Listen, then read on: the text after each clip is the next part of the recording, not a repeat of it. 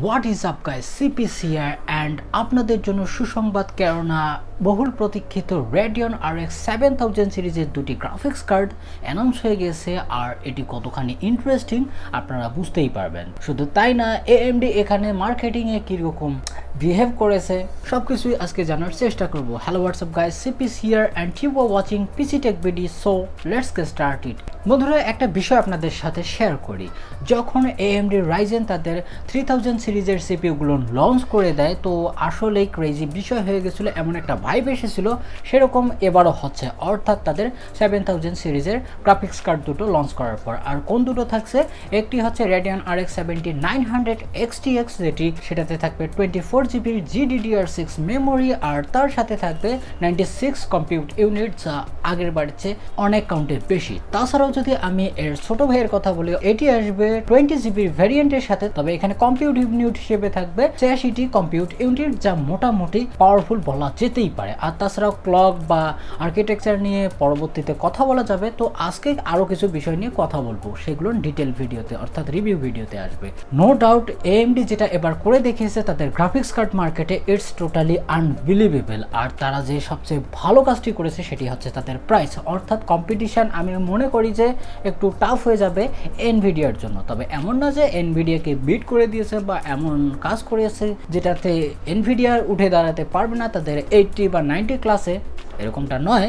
যেটাতে করবে সেটি হচ্ছে, আবারও বলছি, প্রাইস তারা রেখেছে শুধুমাত্র $1000, যেটা XTX ভার্সন। আর যেটা শুধু XT ভার্সন সেটি পাওয়া যাবে $900। And power consumption is totally তারা ব্রেকডাউন করে দিয়েছে এনভিডিয়াকে। 355 ওয়াটের টোটাল বোর্ড পাওয়ার থাকছে বড় ভেরিয়েন্টটাতে, আর ছোটটাতে থাকছে শুধুমাত্র 300 ওয়াট পাওয়ার প্যাকেজ।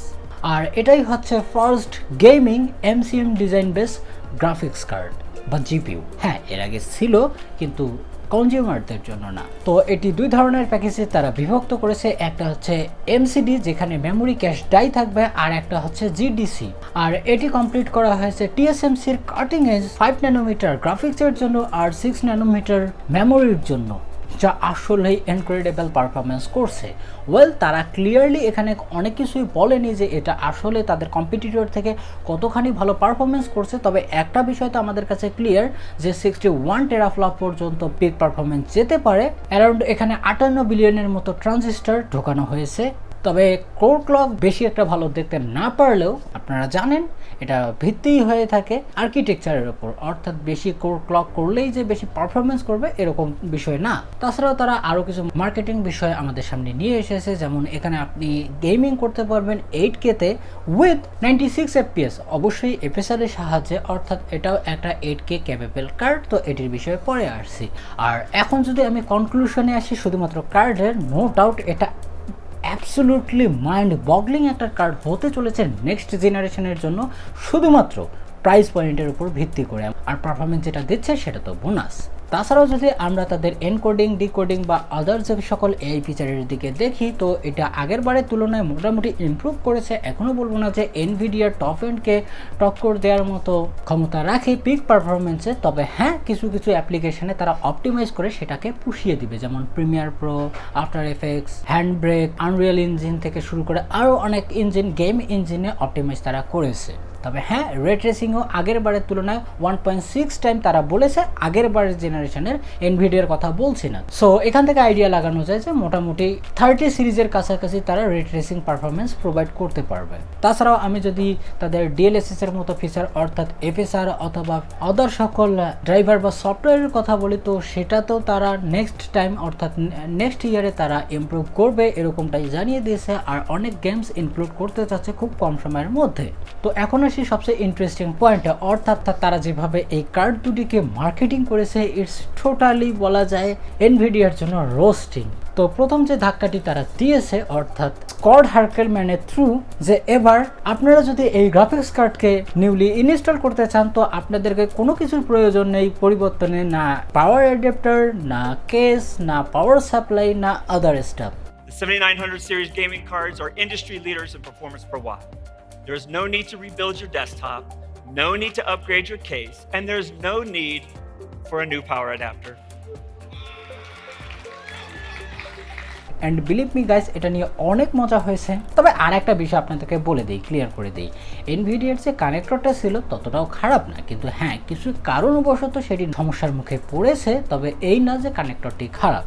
আর হ্যাঁ, এনভিডিয়ার কার্ডকে পাওয়ার চাই তো অবশ্যই এই সলিউশনের মধ্যে তাদেরকে পাওয়ার দিতে হবে, কারণ 8 পিনের কানেক্টর তো আর পিসিবির মধ্যে ইনস্টল করা অতটাও সোজা কাজ না। সেকেন্ড থিং, এই কার্ড যে আছে এনভিডিয়ার 40 সিরিজ, এটা আসলেই অনেক ম্যাসিভ এবং হিউজ হয়ে যায়, অর্থাৎ এটার যে থিকার অনেক সময় 3.5 স্লট থেকে 4 স্লট পর্যন্ত নিয়ে নেয়, যা অবভিয়াসলি কুলিং সলিউশনের জন্যই দেখা হয়েছে। তারপরের যদি বিষয়ের কথা বলি, সেটি হচ্ছে তারা ডিসপ্লে পোর্ট অফ 2.1 ইনস্টল করেছে তাদের নতুন গ্রাফিক্স কার্ডে, আর এটি নিয়ে অনেক ক্রিটিসাইজ করেছে যে কেন এটা করেনি। আর তারা স্লাইডে বারবার দেখিয়েছে এটি 8K তে 165 হার্টজ, 4K তে 480 হার্টজ ডেলিভার করতে সক্ষম। তো আপনাদেরকে বলে নিই, এটা শুধুমাত্র ডিসপ্লে পোর্টের স্পেসিফিকেশন, অর্থাৎ এটি কতটা ক্যাপেবল, নাকি সেই গ্রাফিক্স কার্ডগুলো অত ফ্রেম জেনারেট করতে পারে। যেভাবে তারা উপস্থাপন করেছে আমি এটাকে মিসলিডই বলবো। বাই দ্য ওয়ে, একটা জিনিস ভুলে গেছিলাম, তারা এনকোডিং ডিকোডিংয়েও অনেক ভালো কাজ করেছে, অর্থাৎ AV1 সাপোর্টও আপনি পেয়ে যাবেন out of the box hardware লেভেলে। তাছাড়াও আরও কিছু বিষয় আমার হয়তোবা এখন খেয়াল হচ্ছে না, তবে খেয়াল করার মতো আর একটা বিষয়, তারা কিন্তু পিসি এক্সপ্রেস লেন নিয়ে কোনো কথা বলেনি, অর্থাৎ তারাও হয়তোবা ফোরে আছে, এনভিডিয়াও ফোরে আছে, তাই এটা নিয়ে কোনো প্রশ্নই আমার মনে হয় যে তারা তোলেনি। বিলিভ মি গাইস, অনেকভাবেই স্কট হার্কেলম্যান এনভিডিয়াকে রোস্ট করেছে, আর এরকম পার্সোনালিটিরই দরকার যাতে এরকম কম্পিটিশন হয়ে থাকে আর আমরা এন্টারটেনমেন্ট পাই। তবে হ্যাঁ, অনেক জায়গায় এনভিডিয়াকে অবশ্যই AMD অবশ্যই মিসলিড করেছে, আর বিশেষ করে যেটা পাওয়ার সাপ্লাইয়ের কথা, তারা 650 ওয়াট পাওয়ার সাপ্লাইতেও ভালো মানের, সেখানেও কোনো প্রকার সমস্যা করেনি। তো রিকমেন্ড দিয়েছে যেহেতু এত বড় একটা গ্রাফিক্স কার্ড, তো সেক্ষেত্রে 800 ওয়াটের পাওয়ার সাপ্লাই তো চাই, কেননা তারা Ryzen 9 7950X এর মতো সিপিইউ কতটা পাওয়ারফুল হয়ে গেছে, অথবা Core i9 13900K আসলে অনেক পাওয়ারফুল। আপনারা কুলার চালান, পাম্প চালান, RGB চালান, আরও অনেক স্টাফ চলে, তো সেক্ষেত্রে কিন্তু পাওয়ার লিমিট বাড়িয়ে দেওয়া কোনো বিষয় না। তবে হ্যাঁ, সবগুলো বিষয়কে খারাপভাবে দেখবেন না। অ্যান্ড এই দুটি গ্রাফিক্স কার্ড কবে অ্যাভেলেবেল হবে? অবভিয়াসলি ডিসেম্বরের 13 তারিখ, অর্থাৎ 13th of ডিসেম্বর।